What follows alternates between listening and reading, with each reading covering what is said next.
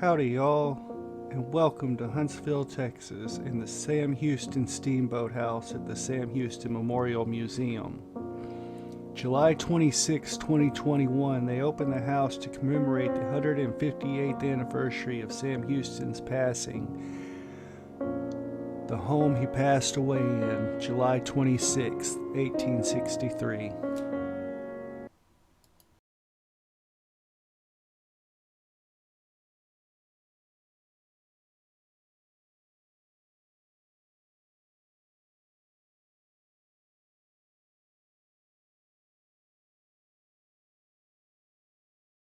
Folks that live in town, you might remember back in the day when you could just wander through whenever you wanted.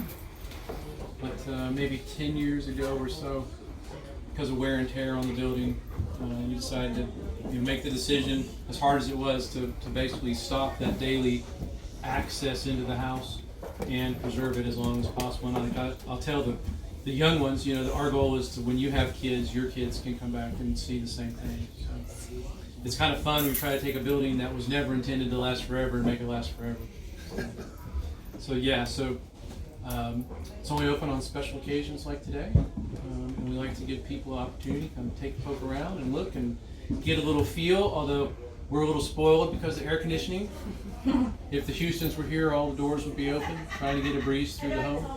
And if you were to come back in the afternoon, you'll see even with air conditioning, this house still is like a big sponge. You can stand outside the doors and feel the air blazing out of the building. So this is the room Houston passed away in.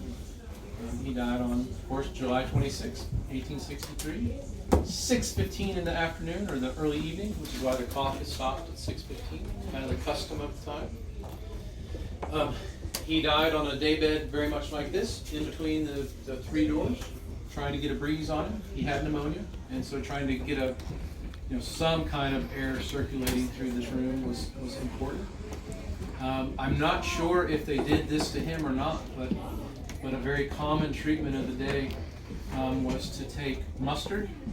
So, mustard, if you study World War I, mustard is a blistering agent. It's what the Germans used in World War I to gas out the other British and the French trenches. So it's really quite dangerous. But the doctors in Houston's time knew that pneumonia was fluid in your lungs. And so if you put a blistering agent on your chest, what does that do to your chest? It makes you get a big old blister, right? So to them, it's not that you just burned your patient, it's that you're drawing the fluid out of your chest. And so, medical practices in the 1850s and 60s were just barbaric. It's horrible. It makes me wonder in 100 years, what are they going to say about our medical practices today? But, Houston, essentially, in January of 1863, went into Houston town, gave a speech, and it was cold and rainy, and you can kind of track his health from that speech, just kind of. They sent him out a couple of times to go from Huntsville to Sour Lake, so over near Beaumont, to do what was called like taking the water. Go sit in like a hot tub, basically, the Sulphur Spring. And, I don't know about you, but if I'm sick and have a fever, the last thing I want to do is get in and out of the water, and get chilled, and get back in the water and get hot, and get out of the water and get cold. Nothing they did really could help, and then he passed, like I said, passed away in here from pneumonia. Margaret was with him, and then one of their slaves, a young man named Jeff Hamilton, who was taking care of Sam. Those two were with Sam when he passed away, and the funeral was the very next day upstairs. And I would suspect there's more people in this room than were at his funeral.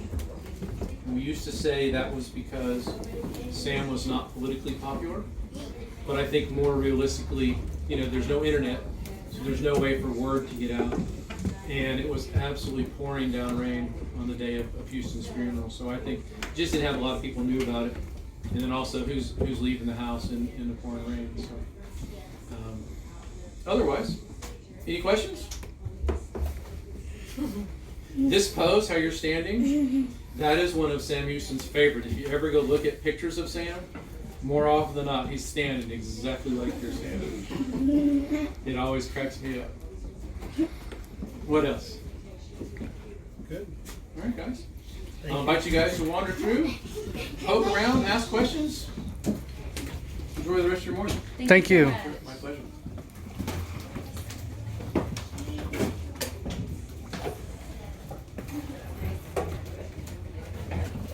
We tend to keep it pretty clean and don't feel bad when it's done here. But I'm here if you have any more questions, if you have questions on 19th century morning customs, on Margaret, on Sam, on the family. How long did Margaret live after Sam passed? 4 years. 4 years. Wow. She passed away in December of 1867 during the yellow fever epidemic. Hi, good morning.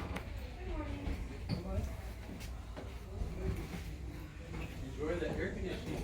Yeah. Sam.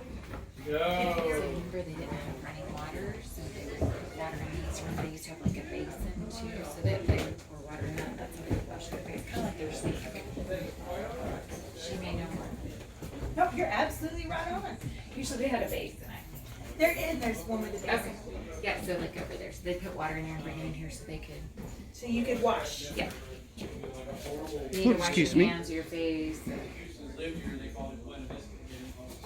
Look how tiny that bed is. Like, can you imagine if Dad and I had to sleep in that? We were too tall and too big. And then us. And then y'all, that's a big bed. Isn't it nice? One person. I mean, this was a nice house, guys. For All that staff. And to this day, if it's still in family hands, that's fine. But the things that have been donated are from Library of Congress, Washington, Virginia Archives. Margaret's from Alabama, so there's a lot of stuff that's there. Sam lived with the Cherokee, so there's a lot of stuff not only in Tennessee but also in Oklahoma. And then here in Texas, there's stuff that's in El Paso to Nacogdoches. So the items that we do have are from that are from Sam and Margaret, we highlight. But the ones that are not are period accurate, which means that they're from the 1840s, 50s, or 60s. go in here and then we can't have a light. It's not Five of those chairs, though. Come on in, come on in. If y'all see anything interesting, please just ask. This here we have on display is the dining room for Sam and Margaret. It's not the kitchen. Kitchen would have been a completely separate building, probably through that door right there. But we have it on display as if it were the fact that Margaret would have to have a couple of guests over to help for the funeral service. I love your mask. Where'd you get it at? It was a present, so I don't know. Thank you though. So like I said, period accurate. The china is not from Sam and Margaret, but it's from the 1860s. like it.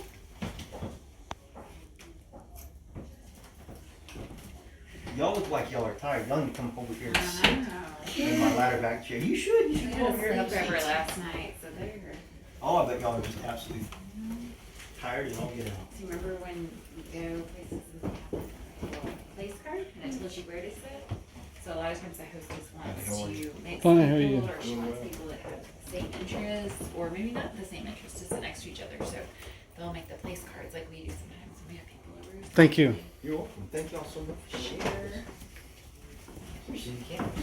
Thank you. Appreciate it. Thank you for doing this. It's really fun.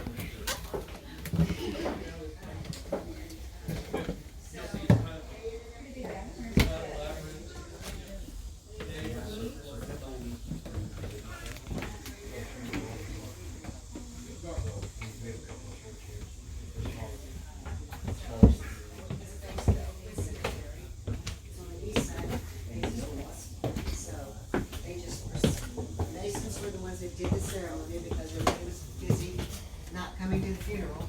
So the Masons, the Brotherhood was stronger than politics. So they did the ceremony and they processioned down the steps into the cemetery. And then Margaret had to look at that for 3 months. You know, probably didn't help her grieving process much. So it's a very interesting story. And they did it all in 24 hours because it was July. We didn't have ice. Up north, they have ice. because they could cut it up and put it in ice houses and stuff. They could have mint juleps all summer long, but not Texas. Texas never had winters long enough to freeze any ponds, so. This is the invitation to the ceremony, which everybody ignored, nobody came. That's a Mason apron on top of the casket because he was a Mason. It's not his. His is on display in the museum. How many people do you know, since you said, About 15 people. how many people from Huntsville came to this? Nobody, Nobody at all? not even the Baptist preacher, and they were Baptists. So, That's pretty bad. that's pretty bad. They were busy being treating them like an outcast. So, a lot of things happened because of what people would say, or didn't happen because of what people said. Like the lady that the house was built for wouldn't live in the house because people were gossiping about the house. She didn't want to be the crazy lady in that crazy house, with that parlor on the second floor. So, rather than have a free house, no, we'll build our own. Build our own. What? Crazy. So I'll play the part of Nancy Lee, which is Sam Houston's mother. She was a plantation owner in Alabama who bought land from Sam. Sam was into real estate between presidencies, and so that's when he went to Alabama and was, pitching Texas land to everybody. And her family, almost everybody in her family, bought land. And it's amazing. They were spread out. Some were in Trinity, some were in Independence, some were here, some were in Cedar Point, some were in Galveston. Right. So. And I guess that's why his wife moved to Independence. Or I know she's buried there. Yes, she's buried there, so is Eliza. Yeah. And so is Sam Houston Jr. is buried there, but he's in the public cemetery. He's not buried in the Baptist cemetery with his mother. So I'm not sure why that is, but it is. Eliza's buried there, but not Sam Jr. Isn't that something? That's strange. Yeah, she went there because Nancy Lee lived there still. Right. And so she went there to be the same child with her mother. And a lot of friends were there because all their children went to school at Baylor. Right. That's where Baylor was. Yeah. Yeah. So, Thank you. my pleasure.